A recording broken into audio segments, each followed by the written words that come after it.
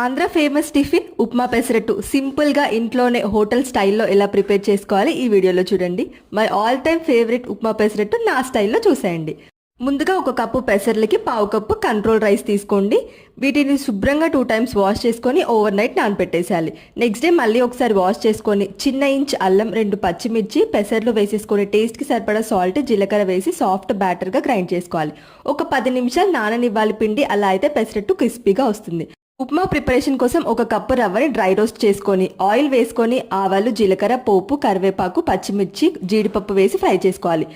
ఒక కప్పు రవ్వకి 2.5 కప్పులు వాటర్ అయితే పర్ఫెక్ట్గా సరిపోతుంది. సాల్ట్ వేసేసి రవ్వలు అస్సలు ఉండలు లేకుండా కొంచెం కొంచెంగా వేసి ప్యాన్ నుండి సపరేట్ అయ్యేంత వరకు ఉడికించుకోవాలి. పెసరట్టు కోసం ఒక గరిటె పిండి తీసుకొని ఇలా రౌండ్గా స్ప్రెడ్ చేసుకొని సన్నగా కట్ చేసుకున్న ఉల్లిపాయ, కొత్తిమీర, ఆయిల్ వేసి ఒకసారి గట్టిగా ప్రెస్ చేసుకొని 2 వైపులా కాల్చుకొని దీనిపైన ఉప్మా పెట్టేసుకుంటే మన టేస్టీ ఉప్మా